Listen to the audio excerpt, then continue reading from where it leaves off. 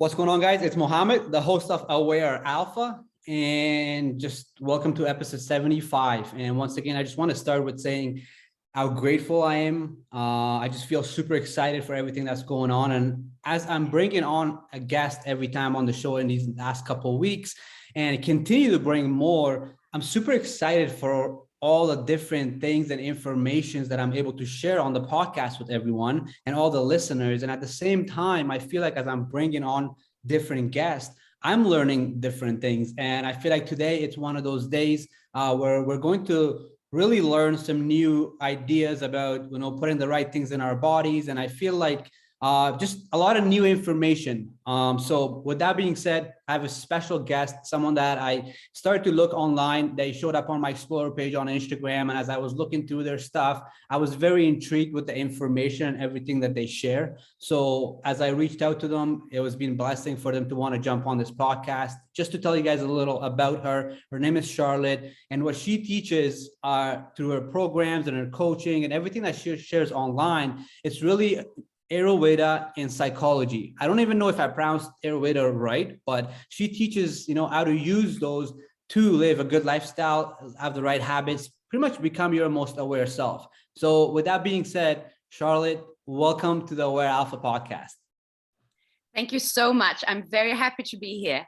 Awesome. Thank you. So just because a lot of the audience and everyone that listens to my podcast I don't know if they're familiar with Ayurveda.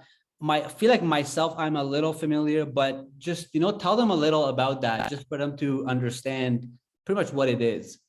Yeah, with pleasure, of course. So Ayurveda is we call it often actually the sister science to yoga, because basically it evolved at the same time as yoga in the same place. So Ayurveda is the Indian medicine system. The same way that we have people know a lot of the Chinese medicine, there's also the Indian medicine.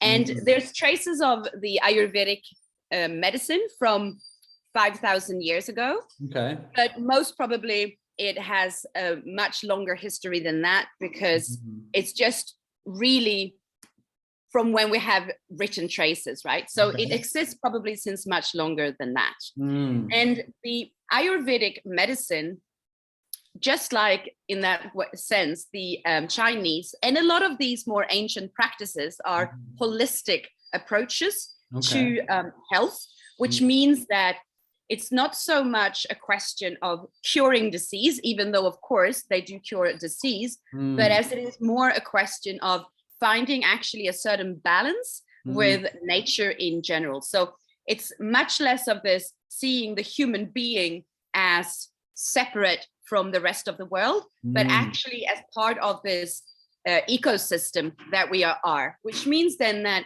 we will look at the human being as a constitution of the elements, just like anything else in life or in, let's say, in the world, is also a constitution of the elements. And so therefore, when there is something manifesting as an imbalance, or what we would call some kind of symptom that we're not feeling well, we are looking into, okay, what is happening with the elements? So what is out of balance in the body, in the mind, which means that often when we're treating something that's a symptom, it might look very different. It might look like we're focusing on a different part of the body than where we find the symptom. If that makes sense. Yes, it does. Go ahead.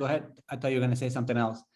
Oh, yeah. So basically, just to illustrate what that means, is that if we would look into what the elements are, so from the Vedantic, let's say, philosophy, which is what yoga and Ayurveda stems from, we would speak about 5 elements. So we have, of course, earth, water, fire, air, and then space or ether as well, right?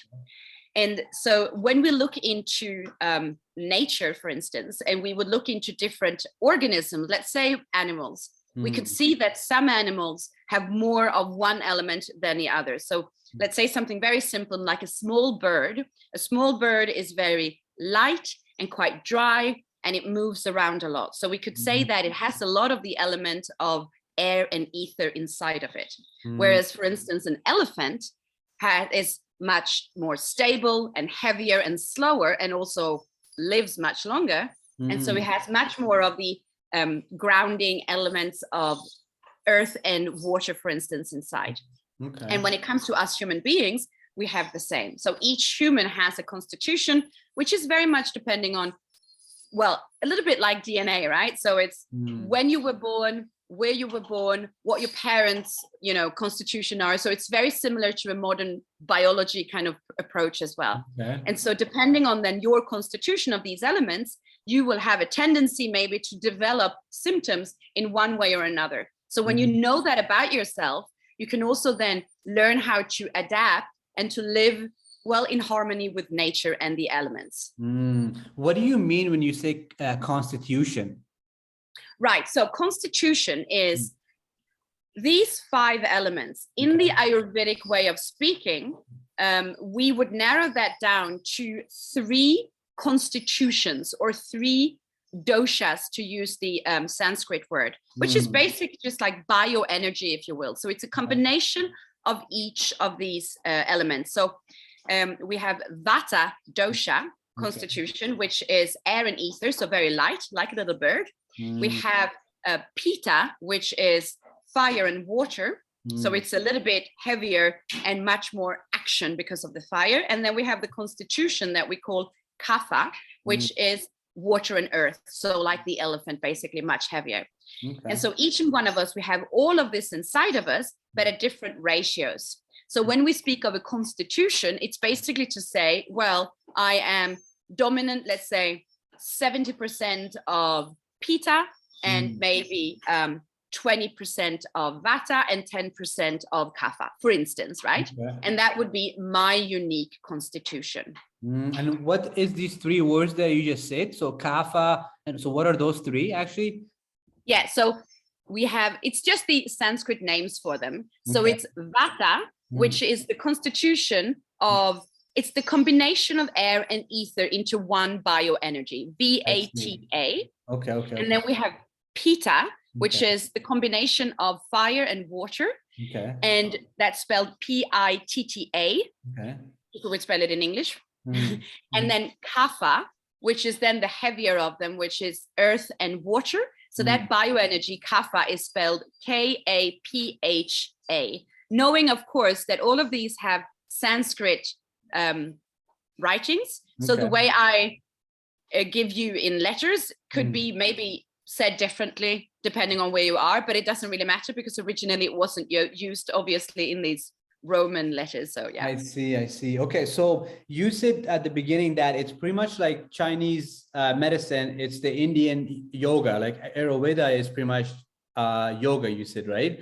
I'm curious. Well, it's not yoga, it's a sister science to yoga. So they evolved at the same time. Oh yeah, sister science to yoga. So meaning like yoga is movement, meditation, all those exercises. So with Ayurveda, like what what is the medicine or the lessons or the recipes? Because I've heard that it involves eating right with the right herbs and putting the right food in your body. So it is like, so I'm curious, like, so yeah, what is the like Ayurveda, where like, like I said, yoga is like meditation, movement, flexibility, a bunch of stuff like this. So in Ayurveda, what are the medicines and the tools and the things that someone would prescribe or say, like, do this, right? And that would be considered Ayurveda.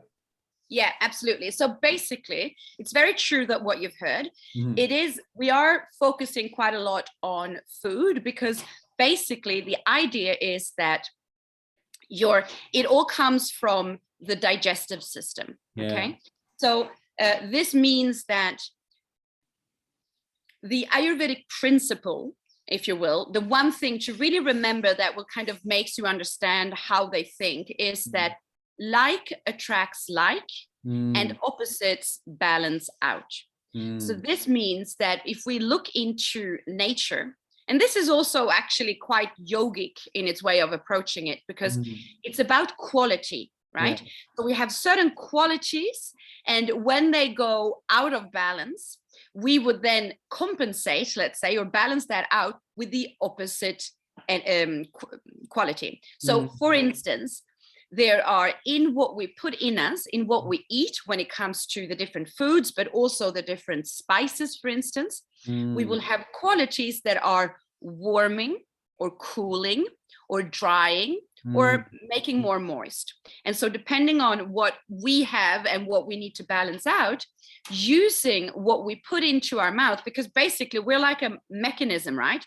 The whole human being. So what we do is that we're constantly in movement, we are constantly using energy, and then we're resourcing with energy as well. And one way that we resource with energy, the most common, is that we eat. Now there's other ways that we resource those. Of course, for instance, we could say that for Ayurveda, we use yoga to bring the spiritual side into the practice. So we can resource through yoga as well, right? On a more subtle energy that we bring in and that will energize us. Whereas in the Ayurvedic perspective, I'm sorry. Hey, get out. I had a little pause there because Charlotte had her pet come inside the house. So, but yeah, anyway, Charlotte, start pretty much what you were saying there. Yes, perfect. So basically, we could say that yoga brings the spiritual side into Ayurveda, and Ayurveda brings the health side into yoga, which is why they function so well together. And the Ayurvedic principle then is that we balance out what would be unbalanced, which means that since we take in energy in form of food, for instance, we very often see the kitchen as the medicine cabinet, if you will. Yeah, no, I get that. Okay, so it's very interesting what you shared, because I was like, and I think human beings were looking for like a step, or what is the next thing, or what do you do? And I think when you look at it from a holistic approach, you're saying, right, you watch your energy. One of our main sources of energy is through food. So what you're saying is that the Ayurveda pretty much approach is that we look at that individual and we see what is it that they require. So for all we know, that they might be eating all the right foods, but what they need more is to spend some time meditating and spending time with themselves. And, because their just thoughts are uncontrollable and they're going something that pretty much, that meditation or taking some time with yourself, reflecting, self-care, like taking a bath, stuff like that could help you. So pretty much what you're saying is that, as Ayurvedists, there's no any set thing. What is focused on is in a way that we look at that individual, we find out what that individual is working with, what they're dealing with, what is it that they're eating. And then something that I've learned through my journey is that pretty much most of the time, it doesn't matter what you're doing or what you're dealing with, what we put in our body seems to be the most important, because right, like it doesn't matter how much money you make or even all the meditation in the world you do, if you're not putting the right things in your body, eventually this whole thing kind of starts breaking. So, and then it seems like in Ayurveda you focus on that, where it ends up being, so I'm curious, so in your program and your coaching, when you work with someone and you find out, okay, so this is what this person is dealing with, they're tired most of the times, or they're just different things that individuals deal with. Is it that once you look at them, is it most of the times where you just have to give them like recipe suggestions and what to put in their body? You also mentioned that sometimes you might suggest yoga to them or something like that, but I'm curious, what does it end up being like, where from your experience, what do you feel like the root of all sickness and disease is? Right.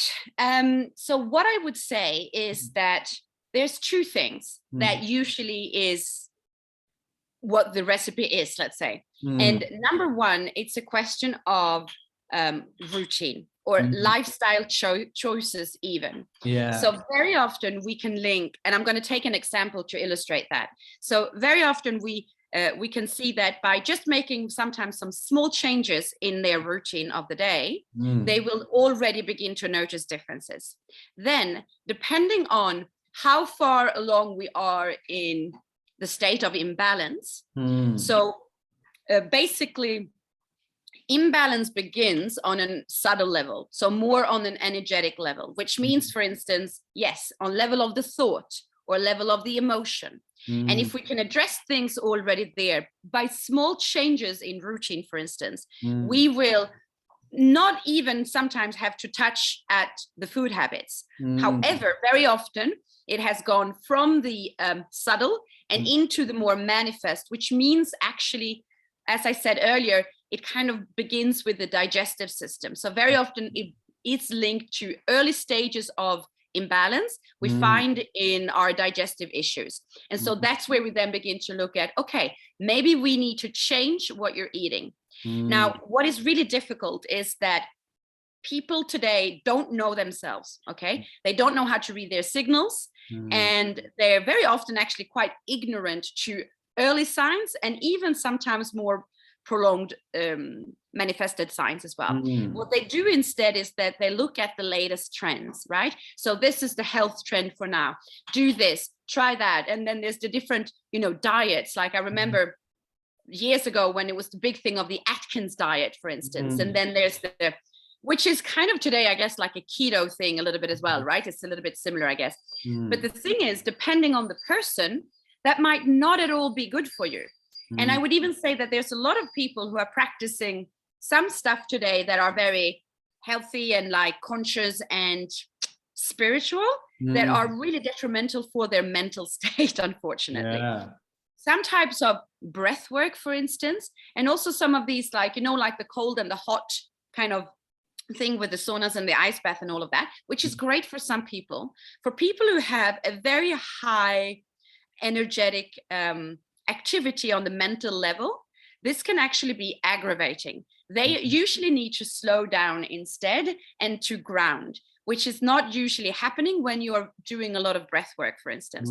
So people are so disconnected from listening to their own signs that they will instead trust what they see, is offered to them from the outside. So very often there's a whole work of like reversing that for the person. Okay, maybe that's not what's good for you.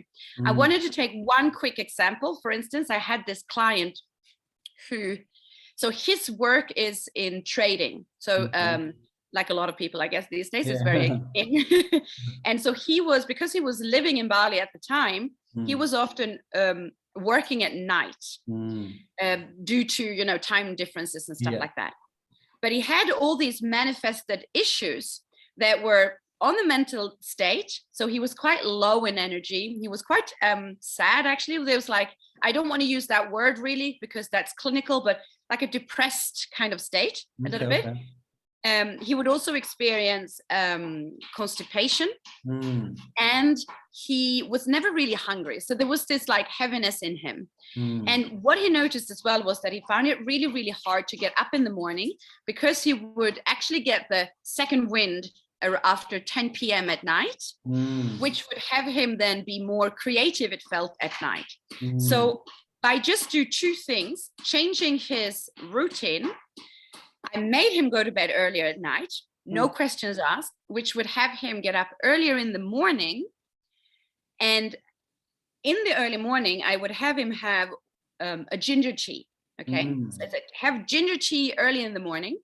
And over the course of a week already, he noticed differences, which was that when I saw him again after a week, there was this glow in his skin and there was this sparkle in his eye. He was much more positive in his thinking. And he had realized that because he managed to get up earlier in the morning, have his ginger tea, he would also be motivated to move, to exercise at that time. And by 10 a.m., instead of 10 p.m., he was feeling creative. So he was being able to do a lot of creative work between 10 a.m. and 2 p.m., for instance, and then have also the conscious of feeling good about going to bed early at night. So it reversed his whole cycle and his symptoms changed as well. Interesting. Why did you suggest for him to drink ginger tea? Like, what was the reason for that? Right. So two reasons. Number one, when your mood is quite low and heavy that way, it means that your kapha dosha, so that part that is like the heavier one, the water and the earth, is really quite heavy or strong, let's say, in your constitution. Okay. It might even be a little bit unbalanced. So what do we want to do? We want to create the opposite effect. So we balance out with the opposite. And what is opposite to that heavy and cold and wet? Well, it's something that heats up and dries up. And so ginger has a really heating effect on the body, which means that it will actually compensate for the heaviness of the kapha. And the second thing is that because he was experiencing constipation, the ginger will also help to activate his internal fire, so bringing the heat up, as I mentioned, which will then activate his metabolism and therefore get the digestion going faster than it had been doing, because it had been slowing down and being sluggish. That's interesting. I'm very curious to know what made you get into pretty much all this. Right. Yes. So basically, I would say that it really started when I was a psychology student back in university. So I even got into the field of clinical psychology and psychoanalysis because I was interested in understanding how we function, or how I function myself, I guess. And I started out with this because I think there's people who are drawn to the subject are people who are drawn to understanding themselves very often. And when I later on got into yoga, I got into yoga because I was actually quite in an unbalanced state and quite unhappy myself. That's the reason I got into yoga. And I didn't really link the two in those days. I just thought that yoga would help me develop a certain calm, with meditation and feeling better about myself.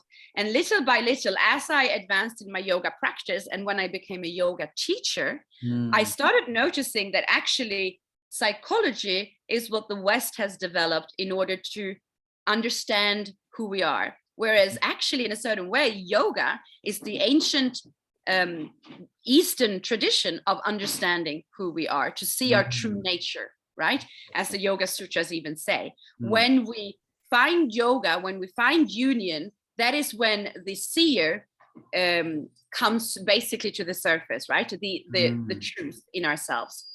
And so because I did a yoga teacher training in a very traditional way with Indian teachers from the Institute of Mumbai in India, Ayurveda was a natural part of what our living was like, because that's very much how the traditional yogis would live. They would live according to the Ayurvedic principles.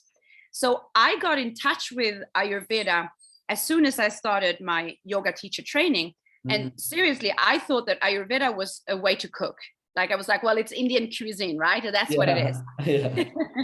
And I just noticed how by living according to these rules, I would find a certain peace of mind that I just never experienced otherwise. And it didn't make me understand what it was to begin with. I actually had over several years, I would say about 7 years time, I would have several times these cyclic moments that I think most of us experience, where we're feeling really good and then we go overboard and then we crash. And then we don't know what's happening and we're trying to find the solution and then we go back up again, all right? And a lot of people, I think, experience that. And I would have that several times.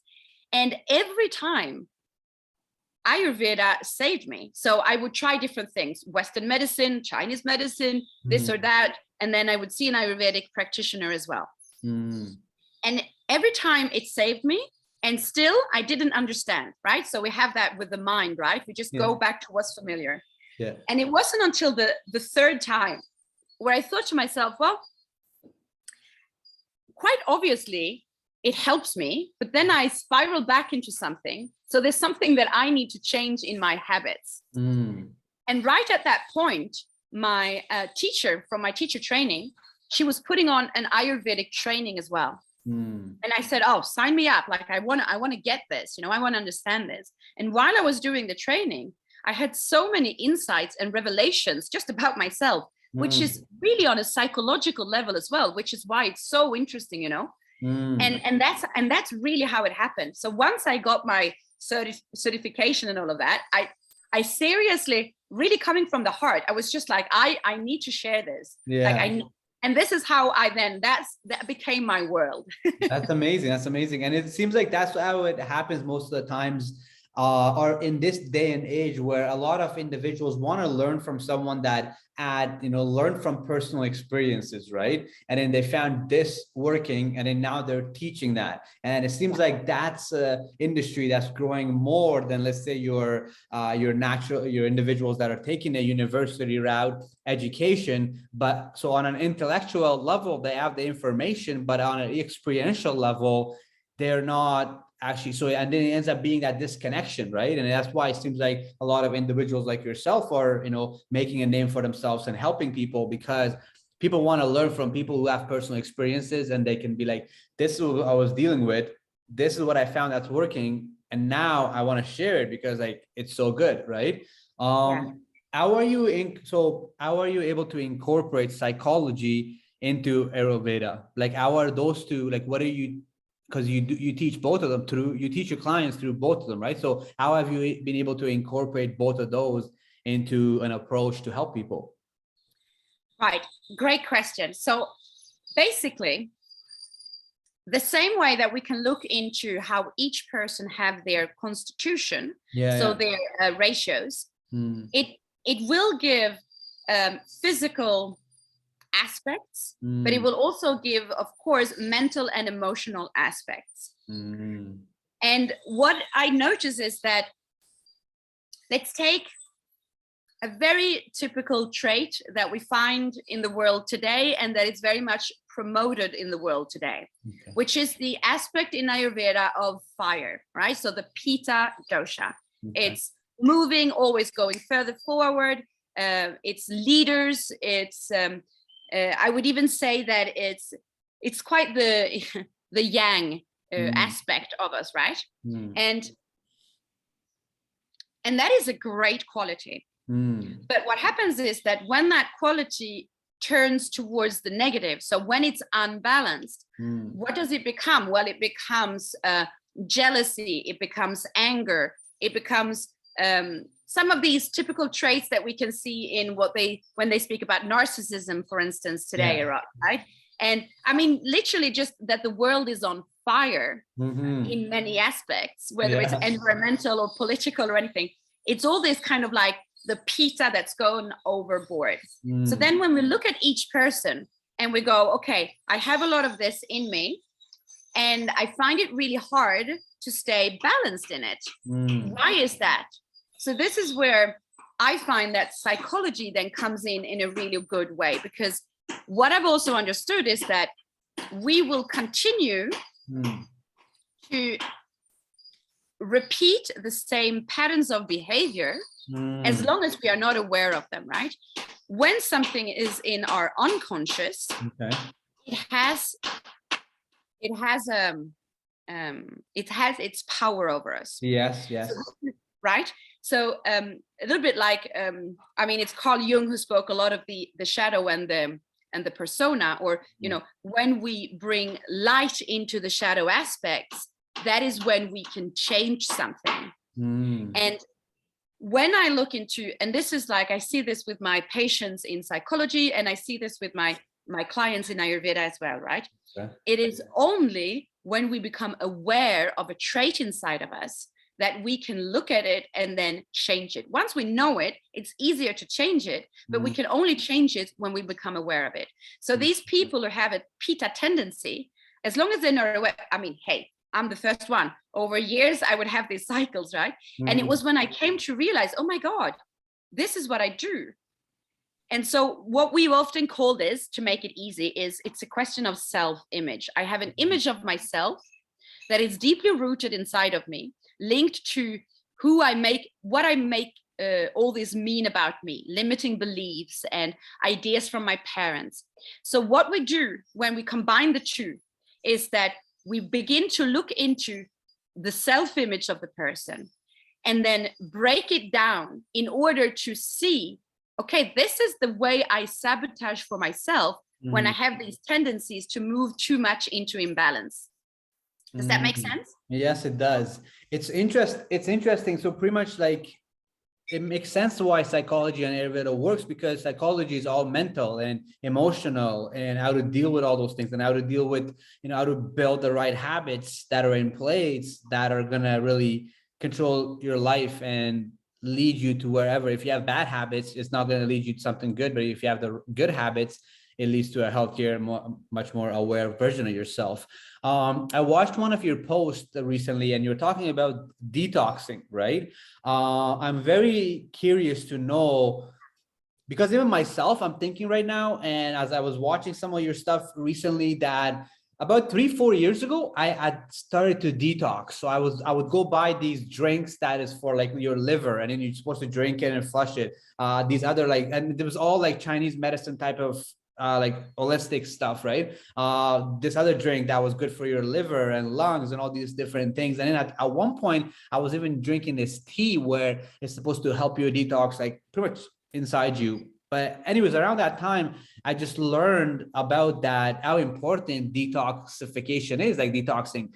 And as recently, literally your content that I've been watching has made me back to realize that I'm like, damn, like when is the last time I actually did like a detox? And I was like, damn, like I was like, I drink lemon water a lot and I drink lemons. I was like, is that like, I know that's pretty good, but like, I'm like, is that a full one? And I was excited to ask you on the podcast here that, first of all, how important or why should somebody need to detox, right? On how important is it? And then we can kind of get into what are some great ways and stuff like that. But just share, like, how important is it for us human beings to actually do a holistic, natural detox every once in a while?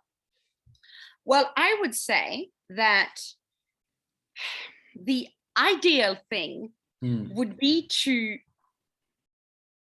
not even come to the point where you need to do like a detox, because your whole body, your whole system has its own natural detoxification.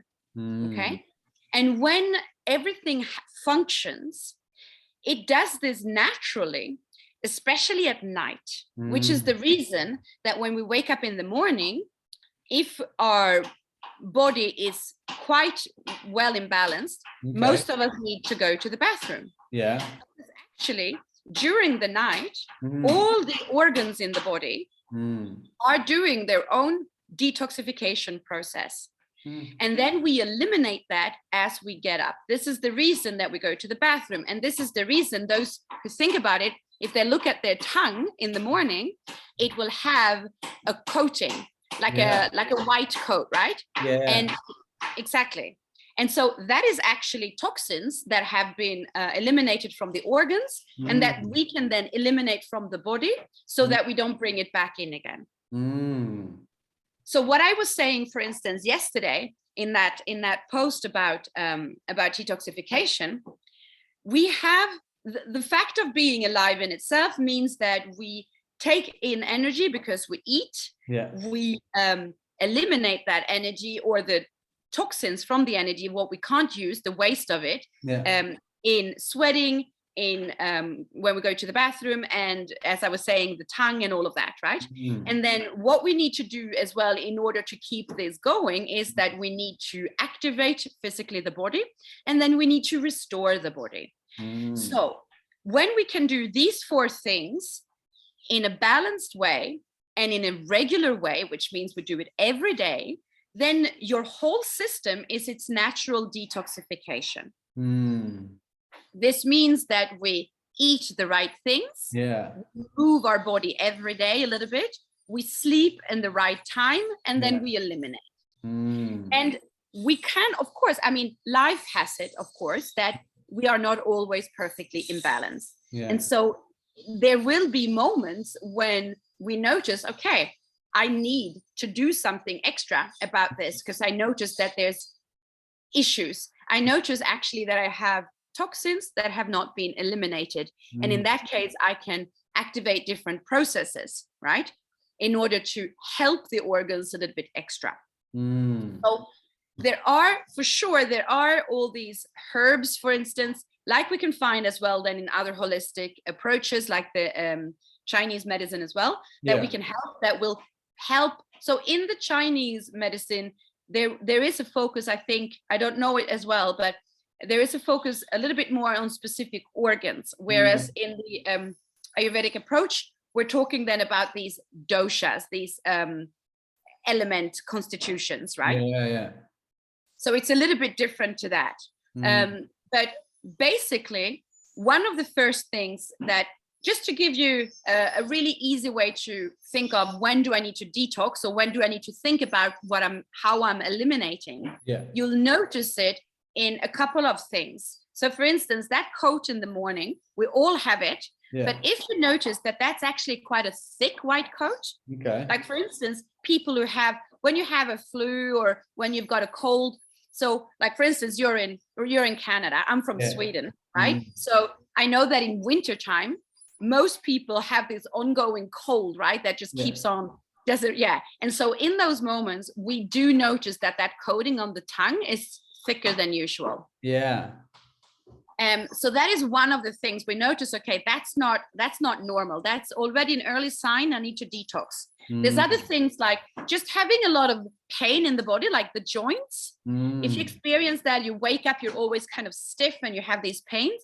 That's another sign. There's an accumulation of toxins in the body that you're not really eliminating well. You notice as well on your own odor. So your body odor and your breath, if they're stronger than usual, it means as well that you need to eliminate, right? And even people, I think a lot of people have noticed themselves, like if I have a bad breath, maybe it's because I'm dry, so I need to drink. And that is actually one very early way of detoxing, adding more water in to flush out the system. That's interesting. And it seems like with Ayurveda, it's like just involves listening to our own body, right? Like listening actually what's really going on. And I like that, because one of the things I feel like we continuously share on this Aware Alpha podcast is whether we talk about relationships, about childhood trauma, like so many things, it seems like the solution, or one of the things that is very well mentioned, is to continue and sit and just listen to your body, listen to the way you feel, listen to your thoughts, listen to the things that are coming up. And it seems like with this, it's the same thing, where if we sit there and we do focus on listening to our body and just paying attention to, like when I'm in the morning, when I wake up, or do I have joint pain, right? Do I have that coat on my lips or tongue? And just even just like mentally, how do I feel, right? Do I feel tired through the day? And all these things are all our body expressing itself and talking to us, it sounds like, right? And I feel like that's something that I embody a lot myself, like eating the right things and making sure I eat the right things. And I'm very big on that. And I like that. It seems like, that's why I was excited to have you on the podcast, because I want to continue to talk about the importance of putting the right things in our bodies, and how important it is, and from the right herbs, the right food, and everything like that. I have a question so in Ayurveda, is there anything to do with eating meat and dairy? Like, is most of the approaches, the recipe approaches, is a vegan and plant-based, or is in Ayurveda also they talk about eating certain meats and it's good for you, and certain dairy and the benefits of a fresh dairy for you and stuff like that. So I'm curious if it is incorporated or not, or is it really like a vegan plant-based approach? Right, that's a great question. So actually, one of the things that is really important to remember from the Ayurvedic perspective is that food is medicine, right? And so what this means is that animal products exist in the Ayurvedic kitchen, if you will, and can definitely be used as a way to treat. So there are a few things, like both meat and dairy, both meat and dairy have very heavy qualities. And so that means that for certain diseases in the Ayurvedic perspective, this will absolutely benefit.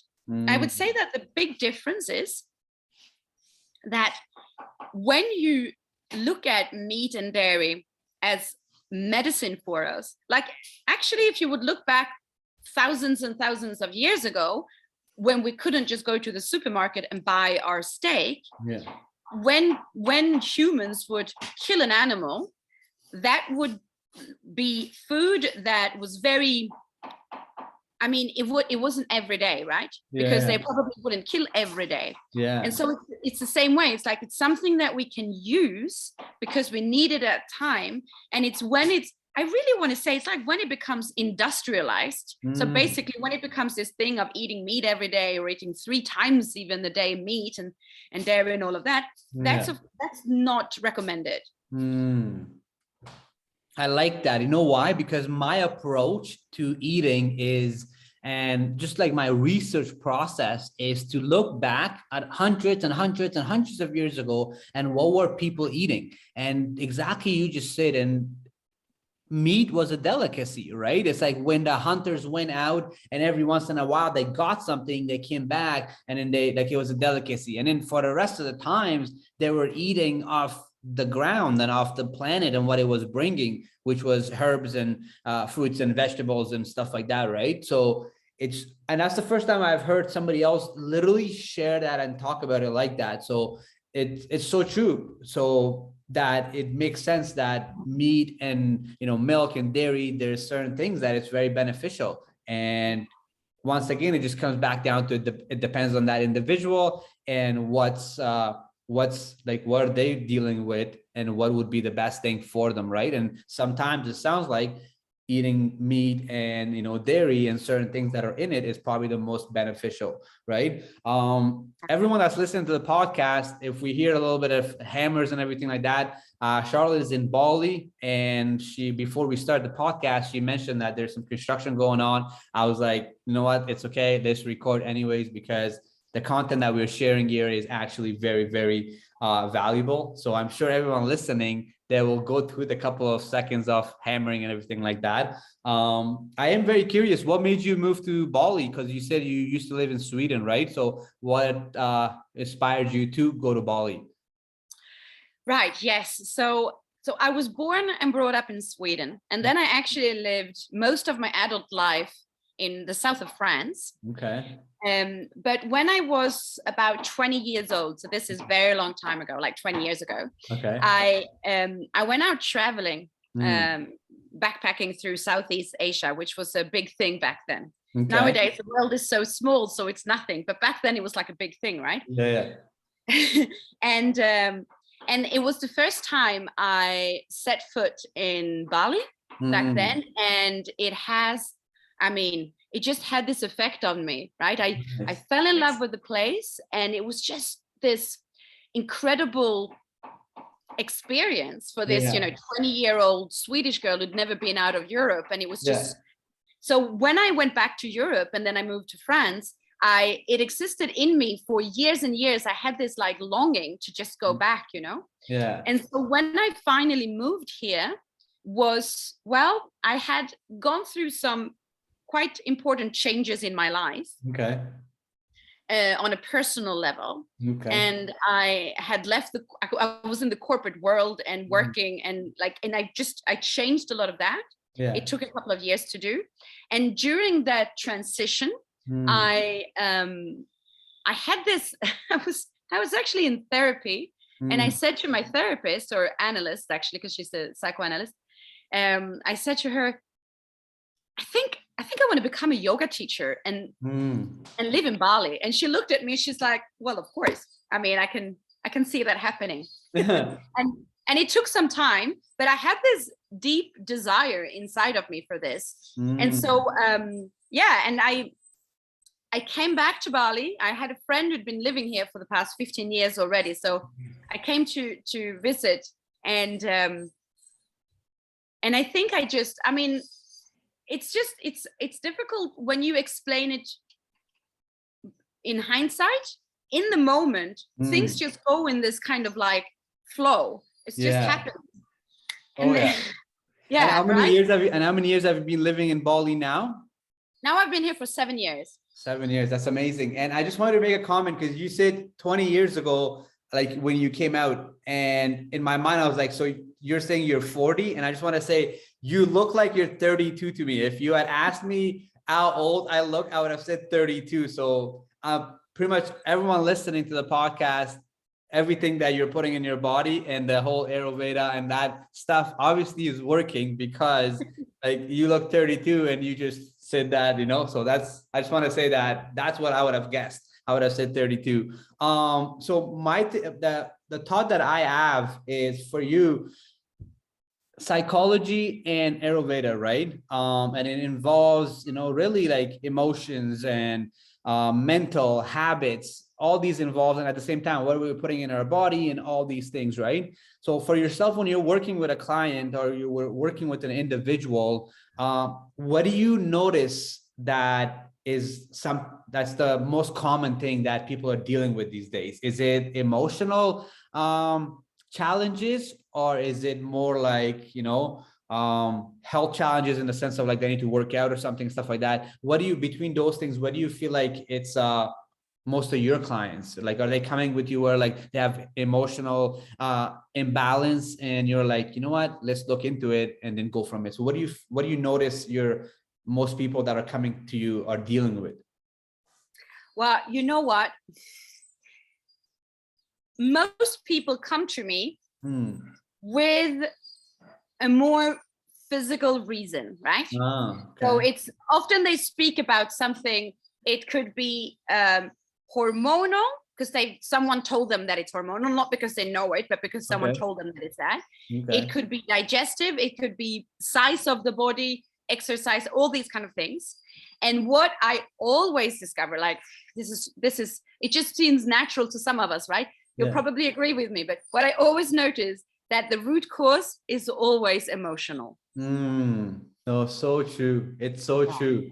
And I'm very curious, is there, like, when it comes to the psychology part and the emotional part, what type of things do you teach, in a sense of, is it like changing your habits, or do you get to deep enough about childhood trauma and, all these things? Like, do you work with clients that are, you end up finding out that it's actually some childhood trauma and some abandonment issues and certain things that happened to you when you were a child that is actually the root cause of these emotions, and has nothing to do with you eating healthy? Because like, like I'm imagining right now that, let's say somebody that's like just eating all the right stuff, they're super healthy and everything, but yet emotionally they are just not there. It's because they're dealing with some kind of childhood trauma. I've experienced that myself, in the sense where I was eating good and healthy and like things were good, but it's that I had a lot of childhood trauma that I had to work, right? So I'm curious that in your line of work, does the psychology and the mental and the emotional things that you just said get that deep, where you're working with a client that is literally needing to heal their childhood trauma? Yeah, absolutely. I mean, it depends on the configuration of the work, right? So people who come to me with a very specific need that is more linked to what's going on with them, maybe we'll do one session, maybe we'll do two, maybe we'll do three. In these situations, we don't really get to go that deep, because that's also part of the, like the defenses that each and one of us have, is that we don't let that come to the surface. Exactly. However, with the people that I work with really on a more therapeutical base, which means that we have weekly sessions, of course, and it's on the long term. Absolutely that comes up. And because you also realize one thing, and that is, we actually, I know it sounds like a cliche, we actually have all the answers within us. We might not have access to them straight away, but they're there. That's really good. Yeah.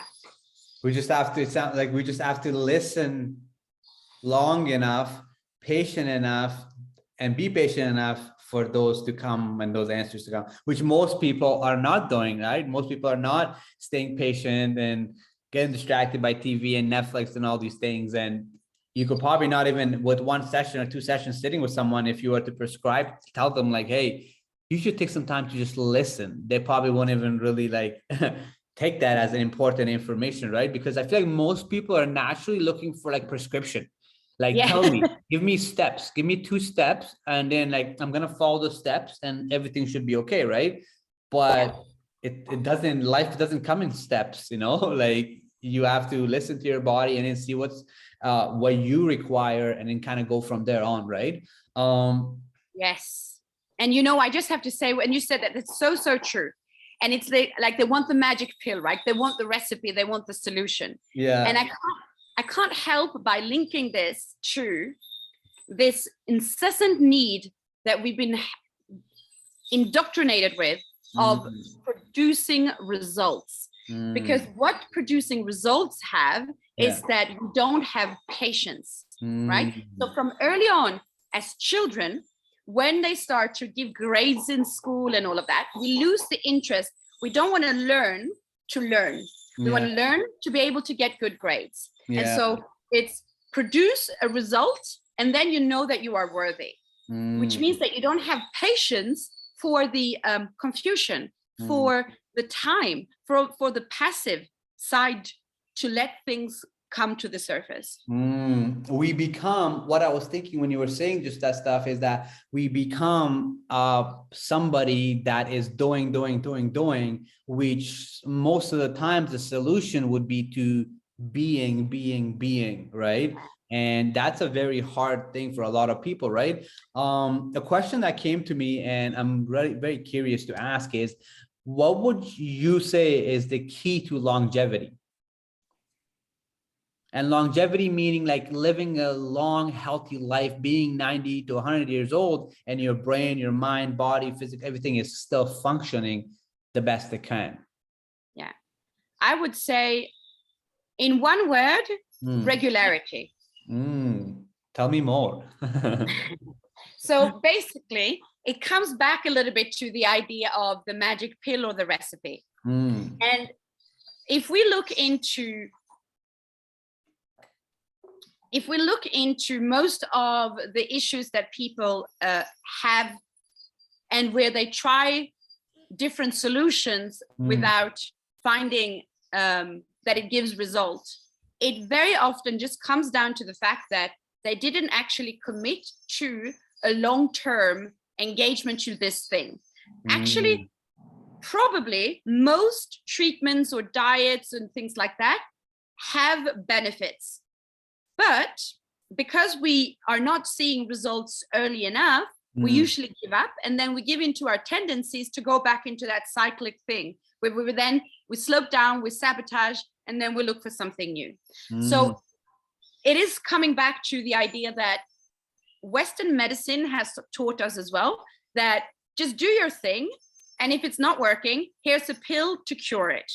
Whereas really, in order to make long-lasting effects on something, we need to prevent instead of trying to cure.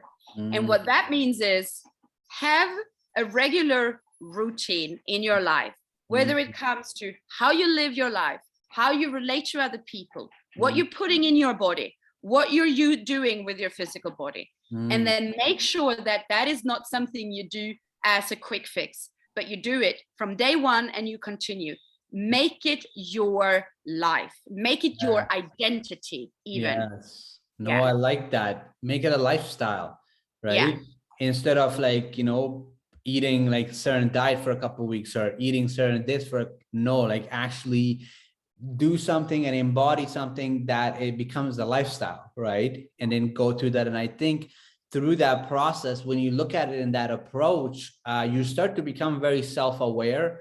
And through that self-awareness process, you start to realize that, wow, like the key to living a healthy life, a long life, just a balanced life, all these things that just comes down to back to my own self-care routine. And what does that look like? Listening to myself, listening to my body, and realizing also that I already have all the information. Like I already know what I'm supposed to do.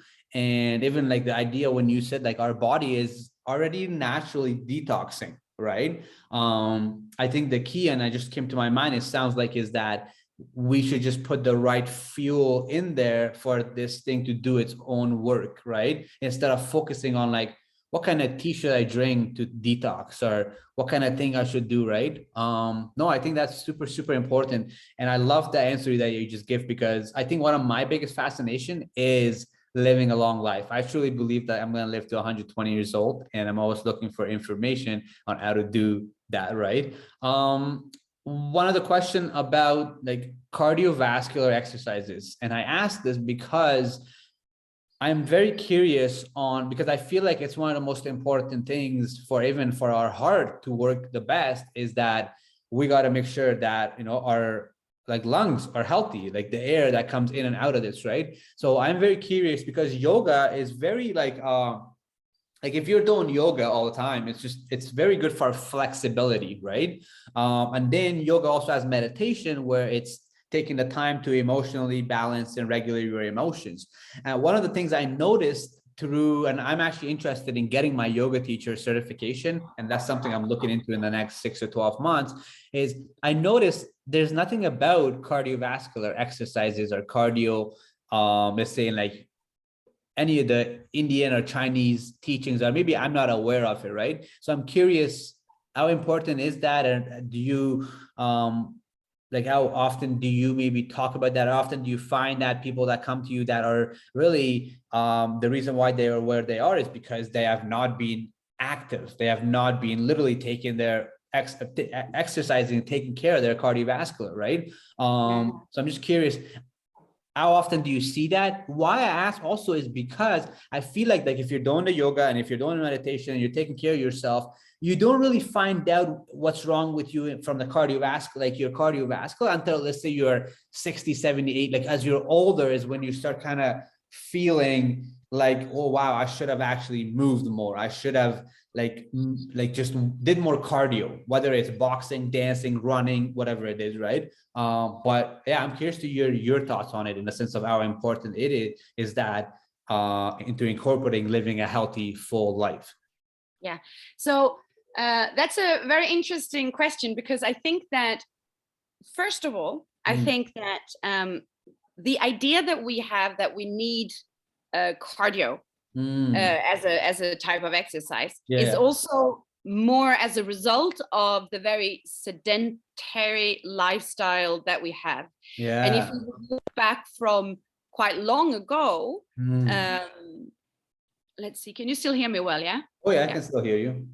If we look back from quite long ago, we would naturally constantly be moving, right?